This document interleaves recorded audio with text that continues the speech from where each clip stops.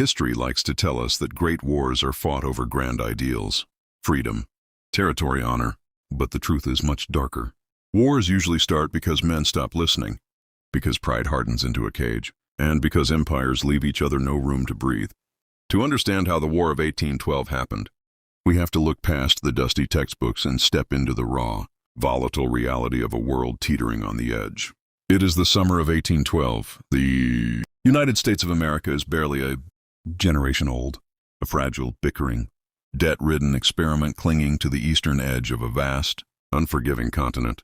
To the north, stretching across endless frozen wilderness, lies British North America, and towering over everything, ruling the waves and dictating global commerce, stands the most terrifying military machine on planet Earth, the British Empire. By all logic, America shouldn't have survived its birth. It had no business picking a fight. Yet on June 18, 1812, the young republic steps off a cliff. It formally declares war on Great Britain, not because America was strong, not because it was prepared, but because it had finally run out of air. To see how the trap snapped shut, we have to look out onto the dark, freezing expanse of the Atlantic Ocean. Europe is currently locked in a do-or-die slaughterhouse. Napoleon Bonaparte is tearing the continent apart, and Britain is locked in an existential struggle for survival. The British Royal Navy is the lifeline of the empire, but it is bleeding men. Thousands of desperate sailors are deserting the floating hells of British warships every month to find better lives on American merchant vessels. The British response is ruthless. State-sponsored piracy on a global scale. Royal warships routinely intercept American merchant ships on the open ocean. They don't check papers with diplomacy. They point loaded muskets. They drag American citizens, men shivering in coarse wool coats, right off their own decks. The British justification is absolute. Once an Englishman, always an Englishman. Over 6,000 American sailors are kidnapped, stripped of their identity, and forced into servitude inside the floating prisons of the British fleet. Imagine the psychological terror creeping through the bustling ports of Boston, New York, and Baltimore. A husband or a son goes out to sea to earn a living. He simply never comes back. Not because he drowned in a storm, but because a foreign king decided his body was imperial property. For years, American presidents tried diplomacy. They swallowed their pride. They negotiated, protested, and pleaded. They imposed economic embargoes that hurt their own farmers more than they hurt London. But the humiliation only bred a quiet, corrosive rage.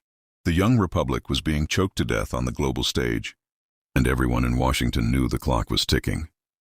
By 1812, the political landscape in Washington shifts violently. A new aggressive breed of politicians takes over Congress. History calls them the War Hawks. Young, fiery, and radical. Men like Henry Clay of Kentucky and John C. Calhoun of South Carolina. To these rising leaders, the national honor has been dragged through the mud, trampled by British boots and ignored by European courts. They refuse to let the republic live on its knees. But the anger isn't just about the ocean. It runs deep into the western frontier, where another ticking time bomb is about to detonate. As white settlers push aggressively westward, they crash directly into sovereign Native American nations. A brilliant and visionary Shawnee leader named Tecumseh, alongside his brother Tenskwatawa, builds a massive confederacy of tribes across the Northwest Territory. They are fighting a desperate, existential war to save their ancestral homelands from total erasure. And into this powder keg steps American paranoia. The Warhawks convince themselves and the American public that the hostile frontier resistance isn't organic. They spread terrifying rumors that British agents hiding out in Canadian forts are arming the tribes, paying bounties for American scalps, and conspiring to push the United States back into the sea. It is a toxic cocktail of wounded national pride, imperial aggression, and deep-seated fear. President James Madison, a brilliant intellectual who is deeply hesitant and terrified of the sheer cost of war, finally reaches his breaking point. The pressure from his own party becomes too heavy to resist. On June 1, 1812, Madison sends a confidential message to Congress, listing the catalog of British crimes. The kidnappings, the blockages, the incitement on the frontier. 2 weeks later, the vote is cast. The declaration is signed. The trap is sprung. But America has no idea what kind of monster it has just invited into its home, convinced that victory will be effortless. Prominent leaders assume Canada will fall almost immediately. Thomas Jefferson famously writes that conquering Canada will be a mere matter of marching. They believe Canadian colonists will welcome Americans as liberators. They are catastrophically, dangerously wrong. What happens next is a humiliating wake-up call. Instead of a triumphant march into Canada, American invasions stutter, stall, and collapse into utter disarray. Militias panic, supply lines fail, and Canadian forces, backed by British regulars and fierce indigenous alliances led by Tecumseh, rout the invaders time and time again. For the first 2 years of the war, the American military strategy is a catastrophe of errors. But the real nightmare doesn't begin until 1814. Across the Atlantic, the tide of the Napoleonic Wars finally turns. Napoleon is defeated and exiled to Elba. Suddenly, the British Empire doesn't have to divide its attention anymore. The full, brutal, unbridled might of the greatest military superpower on Earth is unleashed, directly against the United States. The gloves are entirely off. In the summer of 1814, a hardened British veteran army sails directly up the Chesapeake Bay. They sweep American militia forces aside at the Battle of Bladensburg with casual ease. And then they march straight into the heart of the American Republic. They capture Washington, D.C. President James Madison and his government flee into the Virginia woods like hunted fugitives. The British Army occupies the capital, sitting down to eat the warm dinner left behind in the presidential mansion before setting the building ablaze. They put the White House, the Capitol building, and every instrument of government to the torch. As night falls, the sky above Washington turns an apocalyptic, blinding orange. The American dream is literally burning to ashes in front of a horrified global audience. The young republic looks entirely finished, destined to be crushed back into colonial submission. And yet, out of the smoke, something unbreakable stirs. Just weeks after the humiliation in Washington, the British fleet moves north to crush the vital port city of Baltimore. Standing in their way is Fort McHenry. Throughout a long, deafening night of relentless, earth-shaking naval bombardment, British rockets and mortar shells light up the dark harbor. The fort absorbs everything the Empire can throw at it.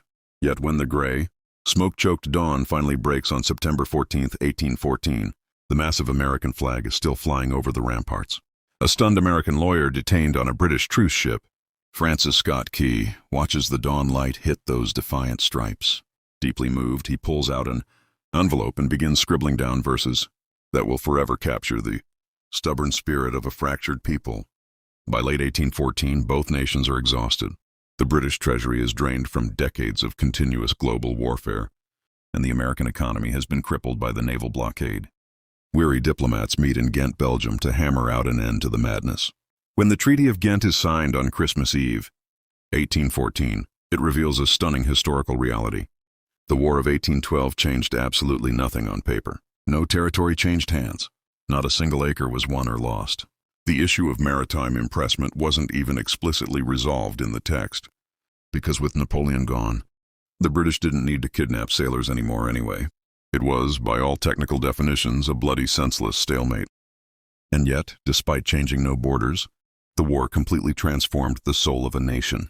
By standing toe-to-toe with the British Empire for 3 brutal years, surviving the burning of their capital, holding the line at Baltimore, and winning stunning late-stage victories like Andrew Jackson's triumphant defense at New Orleans, Americans proved something vital to themselves and to the world.